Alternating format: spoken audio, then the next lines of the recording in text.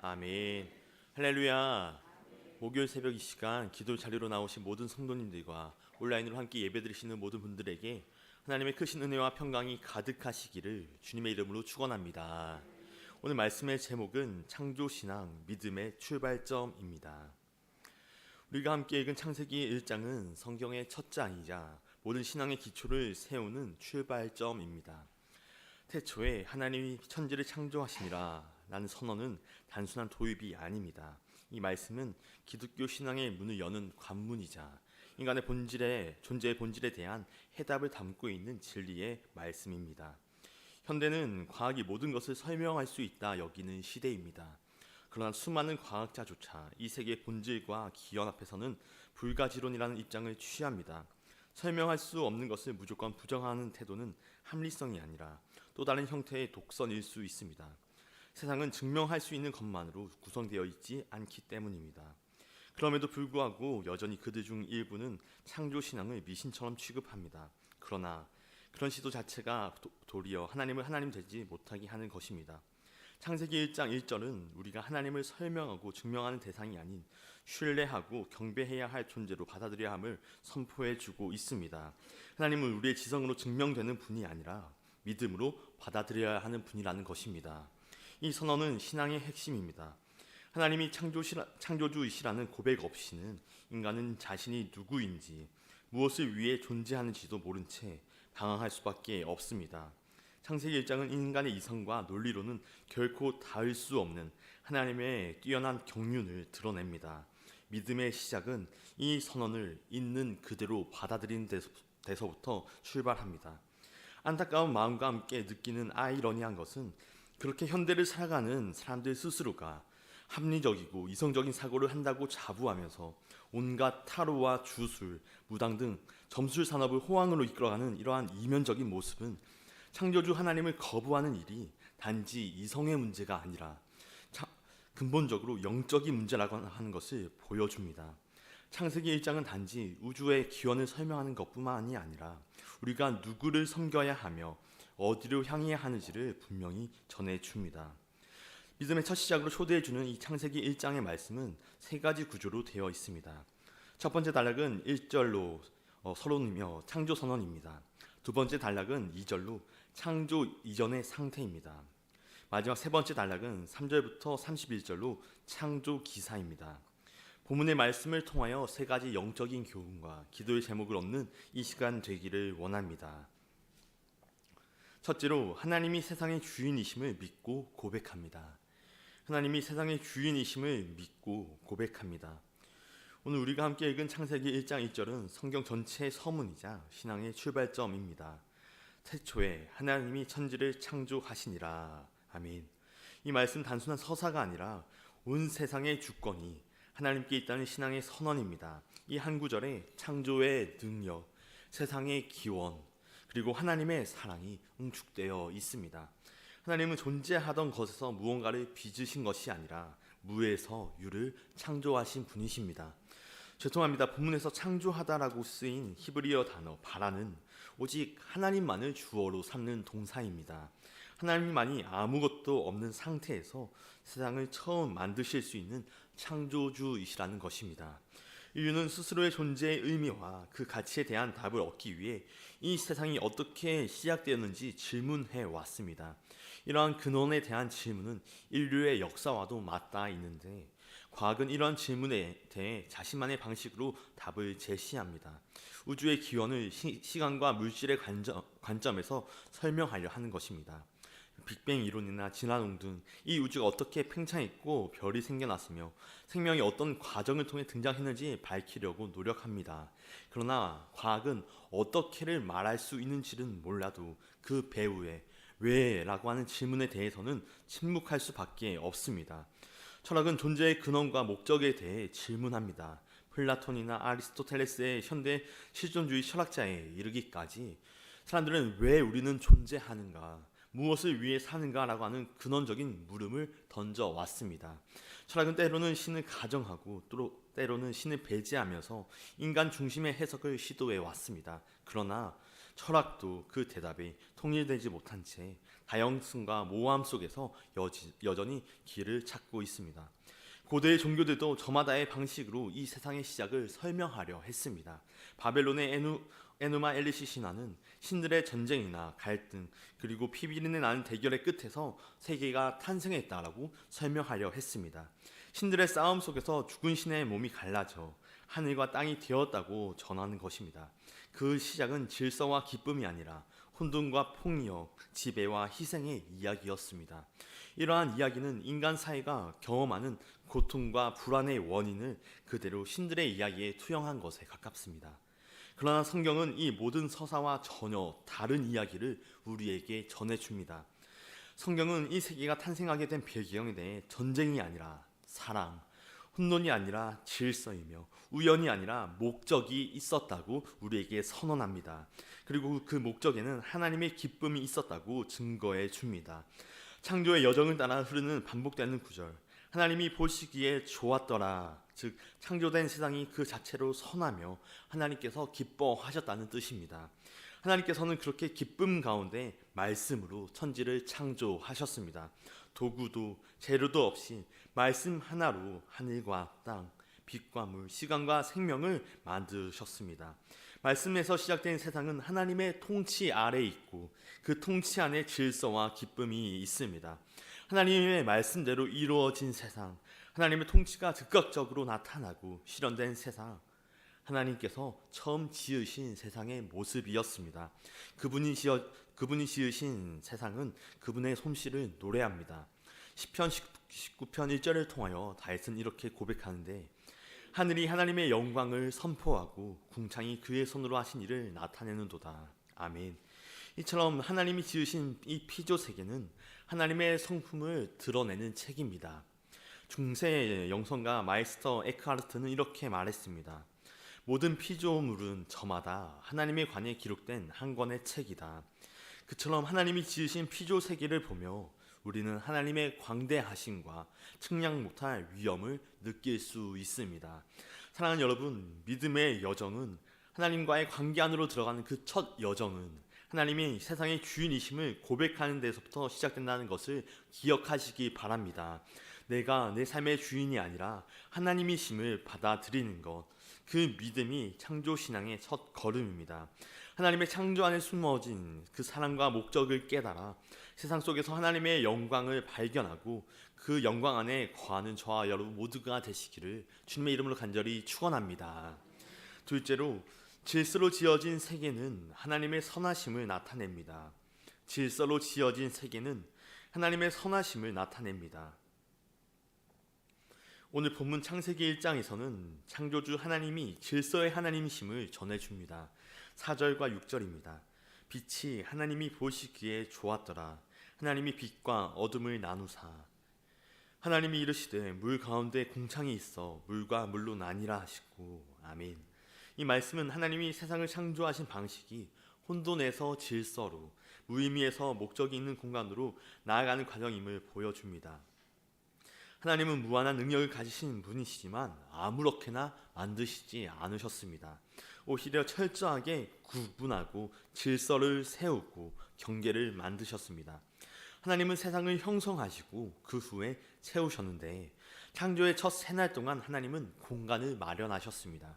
빛과 어둠을 나누시고 하늘과 바다를 나누시고 바다와 육지를 나누셨습니다. 그리고 나머지 새날 동안 그 공간에 생명들을 채워 넣으셨습니다. 해와 달, 새와 물고기, 짐승과 인간이 그 공간을 가득 채운 것을 우리는 볼 수 있습니다. 이러한 창조의 순서 자체가 하나님의 질서의 성품을 반영합니다. 창조는 충동적인 사건이 아닙니다. 하나님은 질서와 조화의 원리 안에서 아름다움이 피어날 수 있는 환경을 먼저 조성하시고 그 위에 생명을 창조하셨습니다. 사랑하는 여러분, 우리가 살아가는 이 세계도 들여다보면 정교한 질서로 구성되어 있습니다. 별이 제 자리를 돌고 계절은 정해진 순서대로 흐르며 사람의 몸 안에 있는 수십 조개의 세포들도 각자의 역할을 묵묵히 감당합니다. 우리가 미처 인식하지 못했던 미시세계와 눈으로 보이지 않는 거대한 우주가 정확한 법칙 안에 존재하고 움직입니다. 이 모든 것은 단순한 자연 현상이 아닙니다. 이 세계는 하나님의 뜻이 새겨진 생명의 무대이며 질서의 시입니다. 마이클 폴란이라고 하는 과학자는 암묵지라는 말을 했습니다. 보이지 않지만 분명히 존재하고 말로 설명하지 않아도 행동을 이끌어내는 지식이 있다는 것입니다. 자전거를 탈 때 우리는 무게 중심에 관하여 유창한 법칙으로 설명할 수도 있지만 몸이 알고 그저 반응하는 것처럼 하나님이 세우신 질서는 눈에 보이지 않지만 우리의 삶을 품고 있는 근본 구조입니다. 창세기 1장 2절은 세상이 혼돈하고 공허하며 어둠이 깊음으로 시작되었음을 말합니다. 그러나 하나님은 그 혼돈 위에 빛이 있으라 말씀하셨고 그 말씀으로 질서가 시작되었습니다. 말씀은 질서를 세웁니다. 그리고 그 질서는 하나님의 선하심을 드러내어 줍니다. 그러므로 사랑하는 여러분, 우리가 살아가는 이 세상과 우리의 삶이 때로 혼돈처럼 느껴질 때에도 그 혼돈의 한복판에 질서의 하나님, 말씀의 하나님이 계심을 기억해야 하는 줄로 믿습니다. 비록 삶이 예측할 수 없고 고통스러우며 경계를 분별할 수 없는 상황 속에 놓여 있을지라도 하나님은 그 자리에서도 질서를 부여해 주시는 분이심을 믿으시길 바랍니다. 어디가 시작이고 어디가 끝인지 모르는 상황 가운데에서도 우리 주 하나님의 말씀이 우리의 삶의 빛이 되어 주실 줄로 믿습니다.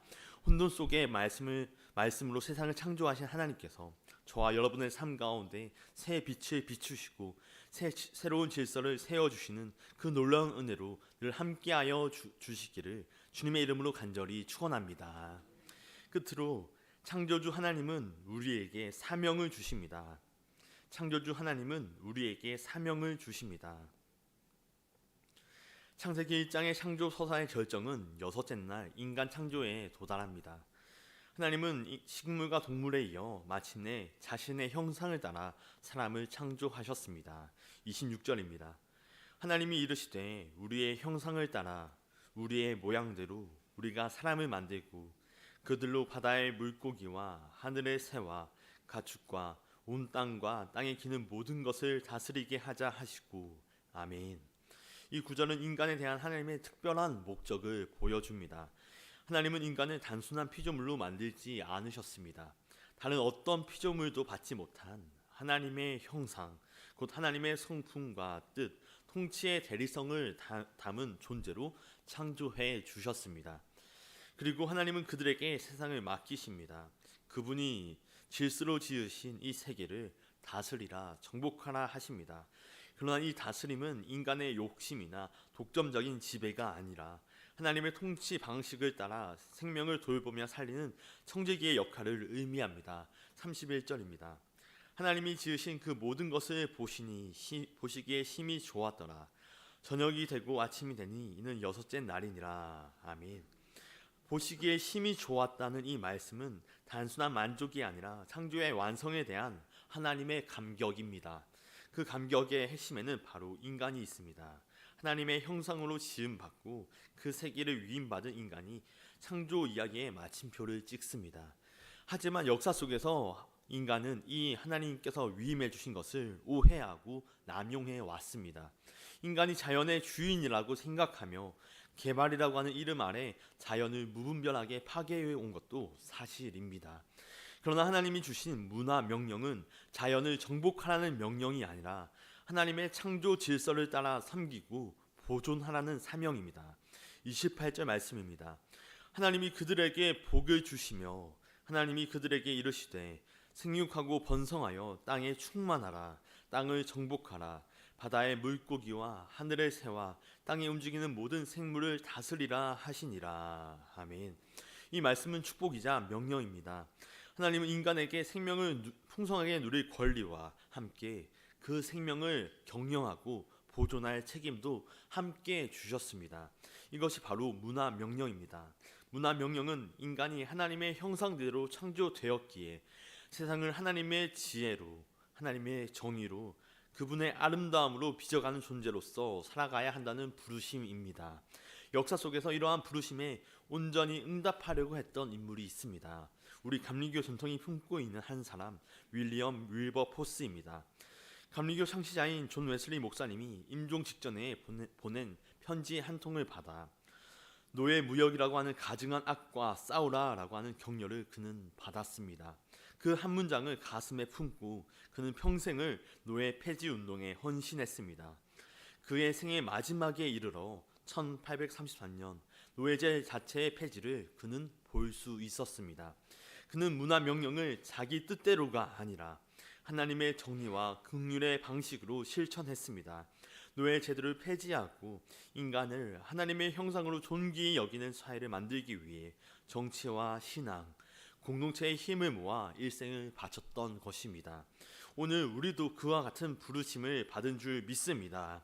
우리가 있는 자리에서, 가정과 일터에서, 교회와 사회에서 하나님이 맡기신 세상을 하나님의 뜻대로 돌보며 살아가는 청지기로 살아가야 할 줄 믿습니다. 우리는 창조신앙에서 단지 세상이 하나님으로부터 왔다는 선언으로 멈추지 않습니다. 하나님께서 이 세계를 우리에게 맡기셨다는 사명의 인식, 그리고 그 부르심에 응답하는 순종의 발걸음으로 나아가도록 주님이 우리를 부르시는 줄로 믿습니다. 바라기는 하나님의 형상으로 지음받은 존재답게 살아가며 하나님의 창조 사명에 응답함으로써 가는 곳마다 생명과 회복, 정의와 사랑이 일어나는 저와 여러분의 복된 한날이 되시기를 주님의 이름으로 간절히 축원합니다. 기도하겠습니다. 사랑과 은혜가 충만하신 하나님 아버지, 오늘도 기도의 자리로 우리를 인도하여 주시고 말씀을 통하여 세상을 창조하신 주님의 영광과 위엄을 묵상하게 하여 주시니 감사드립니다.